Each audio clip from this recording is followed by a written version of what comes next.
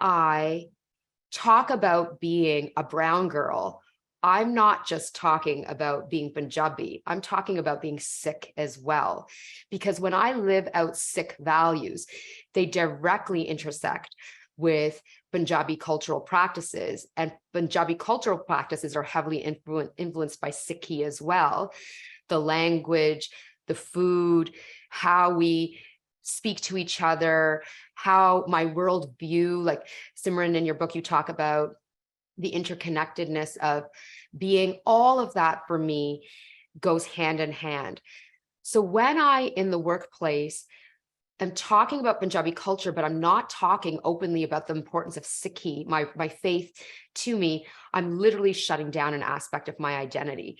And as a person of color who comes from a religious minority, it's like double jeopardy. It's like the double bang, or a double whammy. And in fact, it's kind of like similar but different. And I'm not comparing. So everyone, the message isn't Ritu said is exactly the same. I'm not saying it's the same. I'm just drawing a parallel for demonstrating.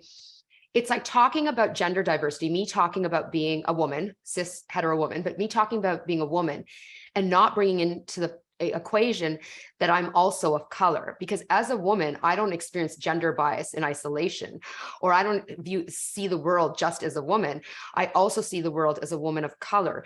Being of color profoundly impacts and shapes my lens as a woman. They go hand in hand. The same way as for me as a person of color who is a Sikh, it goes hand in hand. And so navigating through a white Christian normative based corporate world can be extremely challenging.